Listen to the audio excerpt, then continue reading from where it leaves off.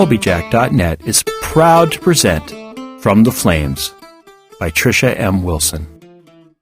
The people of the fire, the Blesa, led by their queens, have ruled the island of Alfeyju and oppressed the Driva, the people of the ice, for more than 16 generations. With the Drivian King in hiding and little hope on the horizon, the Driva looked to one person to save them from the vile Blesa, the Diviana. According to legend, the divinely gifted Diviana will one day overthrow the Blesa and restore the Drivian King to his rightful throne. But with the search having lasted for more than 400 years, will the Diviana ever come to light? Willow is the slave of the Raskpil family. Bought at the age of 4, 20 years have passed since her life irrevocably changed. Her existence is no worse than any other slave, but within, Willow wonders if there isn't something more she should be doing with her life other than serving the ungrateful. Ordered to travel with her master's family to Sondertoft, so her master's adult children can take part in an ancient rite of passage, Willow is shocked when she learns that she too must participate. Will she fail, as all before her have?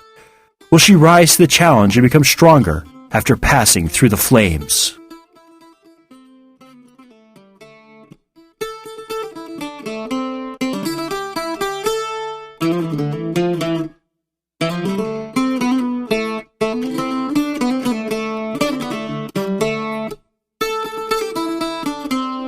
From the Flames, Episode 3, Chapter 2, The Searchers. Eating her meat pie, the only thing she could afford on the money her mistress had given her, Willow began to make her way back to the center of the town.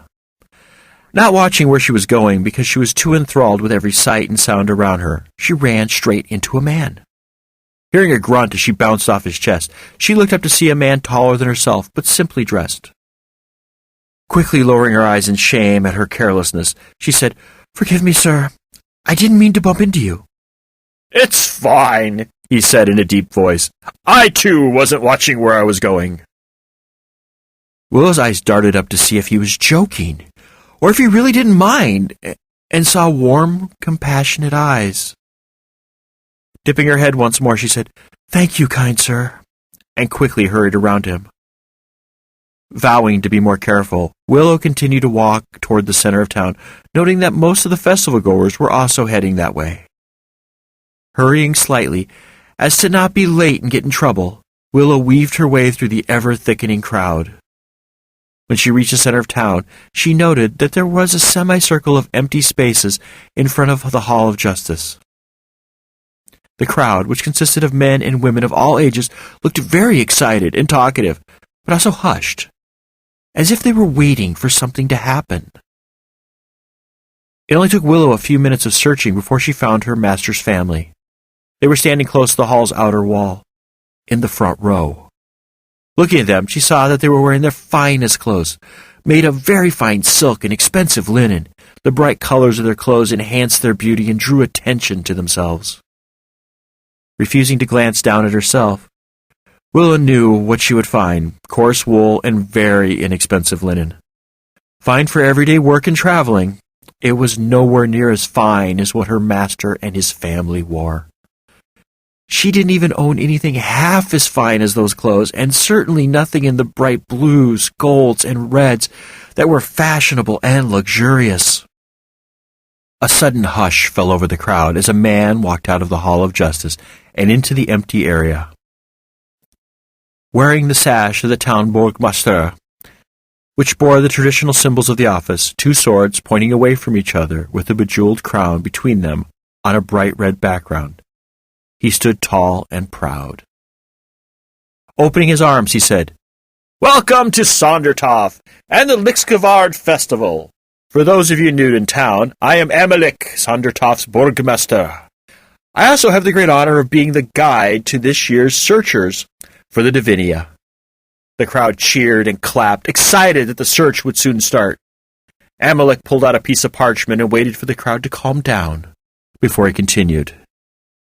In a few moments, I will begin to call out the names of every 24-year-old who has signed up to find the Divinia. When I call your name, step forward into the empty area, so that all will know who you are. Every person I call must step forward.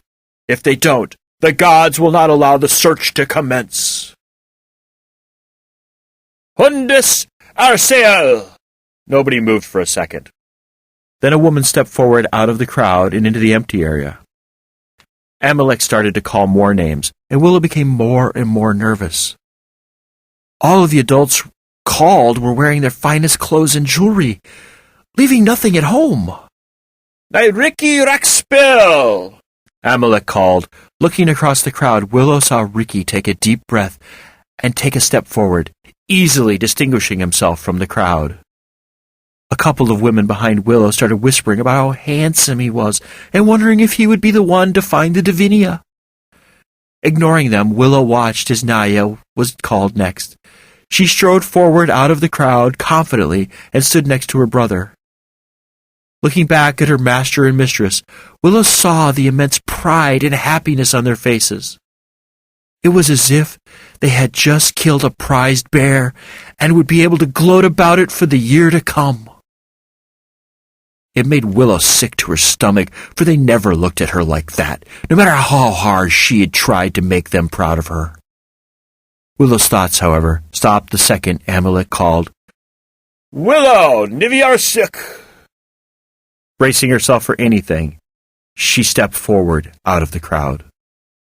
All around her, she heard the crowd whispering, intuitively knowing that it was because of her appearance. She lifted her chin up, refusing to be shamed for something she had no control over. Rolling up the parchment and handing it over to another man, Amalek said, Here are the 20 newest searchers for the Divinia. Amongst this group could be the person who frees us from the oppression of the Blesa and the Nanfrid family. Amongst this group could be the one who returns our rightful king to his throne and brings back the light to this land. Amongst this group could be our liberator! Searchers, he said, form a straight line and go on bended knee to receive the god's blessings. All of the people who had been called moved to form a line in front of Amalek, with Willow at the tail end. Getting to her knees and bowing her head, Willow glanced out of the corner of her eye and saw Ricky and Naya directly in front of Amalek, as if by getting closer to the bearer of the blessing meant that they would get more of it. Willow closed her eyes as Amalek started speaking. Gods of this earth and the next, bless these searchers in their quest. Open their eyes to see what their ancestors missed.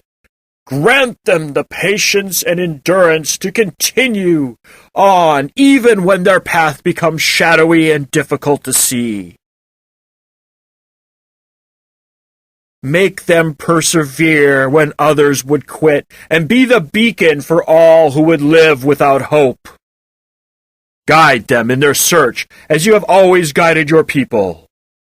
May their success be a reflection of your glory, and their bravery a reflection of your courage. Bless them, O gods, and show them the way. Hail the gods! Everyone, Willow included, murmured. Arise and join me in the Hall of Justice. There you will learn what you need to know in order to have any chance of finding the Diviana. As for the rest of you, go enjoy the Lixfard Festival. However, don't celebrate too much, for we set sail tomorrow with the noontide. The crowd again cheered as Amalek turned and led the group of hopefuls into the Hall of Justice, with Willow eagerly pulling up the rear. While she didn't know exactly what was going on, Willow couldn't help but be excited and curious. Things such as this didn't happen to Willow ever. She wanted every memory she could cram into her brain, so that years from now she would be able to look back upon it with happiness when the days were hard and the people surrounding her uncaring. Upon entering the hall, Willow was struck at the resemblance to her nightmare. The hall was a very dark place, with shadows that appeared so endlessly deep that had Willow not known there had to be walls, she might have thought they were outside. The center of the room, however, was lit up by a roaring fire pit, which only gifted its light to the 4 beat-up wooden benches set up around it. Even though it wasn't exactly like the nightmare, it was close enough to unnerve her. She stood gazing at the fire with the images flashing through her mind until she heard Amalek's voice. His words rose above the excited murmurs of those gathered near and brought her back to the here and now. "Sit by the fire and listen. Now is not a time to speak, but to absorb the lore handed down across the generations, so that it might guide you during tomorrow's search." Sitting on his bench, he watched as the herd of richly dressed participants seated themselves. There was pushing and shoving as everyone jockeyed for position. Some wanted to sit right next to Amalek, while others wanted to sit directly across from him. Nobody wanted to sit next to Willow. Willow didn't pay them any attention, for she was very used to such treatment. She finally found a seat on the very edge of the bench across from Amalek. The others were squeezed together, acting as if touching her would pass on her status or give them an incurable disease. Not comfortable, but happy to be sitting, Willow looked up and noticed that against all odds, Naya and Ricky sat on either side of Amalek. They always get what they want. What I wouldn't give for them to be denied something for once, Willow thought before turning her attention back to Amalek. Once the 20 searchers were shoehorned onto the benches, Amalek said, "What I'm about to tell you has been passed down across the ages through this very ceremony. Listen very carefully, for outside of this hall, the mysteries of the Diviana are not to be discussed. If they are, the gods will damn your eternal soul and condemn you to the fiery depths of the deepest hell imaginable. 16 generations. That is how long this quest you are about to partake in has lasted. But the real story of how it started goes back much further than that. Hundreds of years ago, when the gods lifted this island, Alfeyju, up from its watery resting place and breathed life into the first men, they created 2 distinct peoples. The Blesa, represented by fire, and us, the Driva, represented by the ice. The gods couldn't have made 2 more different groups of people, but with their guidance and that of our 2 ruling families, the Nanfrid of Blesa and the Vigand of Driva, peace and harmony reigned for many generations. During this time of great harmony, the gods created 2 great sorceresses, one from each people, and gave them the gift of future sight. With their divine gifts, they each foresaw a time when one of the peoples would invade and oppress the other for many, many generations. But even with this knowledge, the gods kept important information from them. They were unable to know which people would be oppressed and which would be the oppressor. The withheld knowledge greatly troubled these powerful sorceresses. For how could they help the oppressed without knowing which group was the oppressor? But then the answer came to them. They would create many sacred and powerful objects which would enable the gods' chosen liberator to overthrow the oppressors and unshackle the oppressed once and for all. With this idea firmly in place, they spent years creating the sacred objects, crafting them from only the finest materials and embedding within them magic.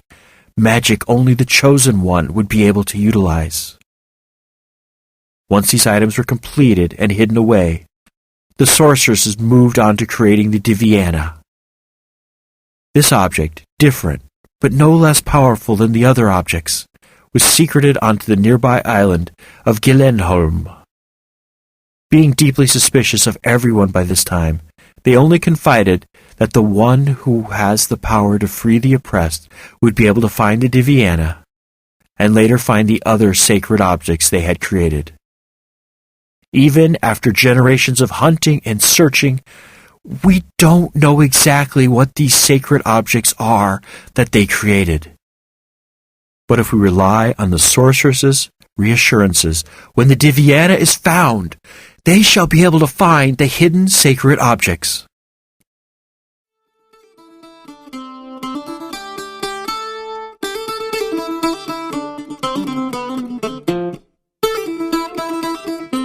This work is released under Creative Commons Attribution, Non-Commercial, Share-alike license. Do what you want with it. Remix it, re-record it, transcribe it, share it. Just don't sell it or change the terms of the license. Your creation must be released under an attribution, non-commercial, share-alike license. Thank you for listening and have a nice day.